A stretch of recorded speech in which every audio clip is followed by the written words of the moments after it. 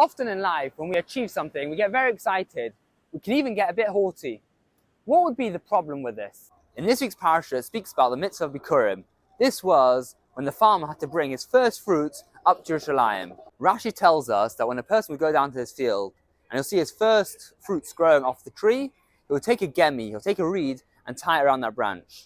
The question is, obviously it was convenient for him to take a reed, which was anyway there. But is there anything more to this? Is there any more understanding or explanation as to why he took a gemi to tie it around the branch to remind him this is the first fruit he needs to bring for Bikurim?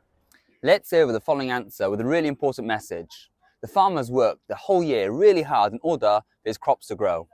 One day he comes onto his field and he gets a huge excitement. He sees the first fruits finally growing on the tree. And what a person will probably say is, wow, look at me, look what I've achieved. My hard work has paid off and finally the fruits have grown.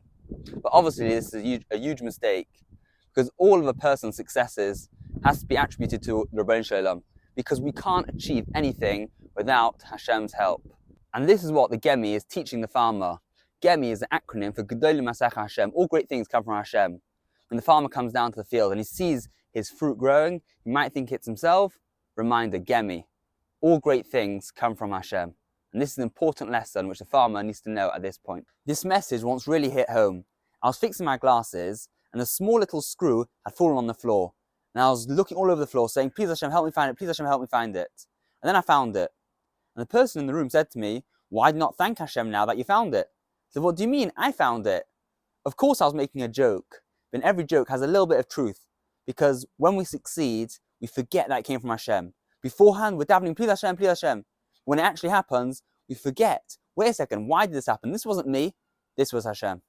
The important lesson that we can learn from this week's parasha is that with all our successes, all the things that we have, we can't forget for a second where it comes from. We might have done the ishtadlus, we might have done the work, but really, it comes from the Ribono Shel Olam. You should all have an amazing Shabbos.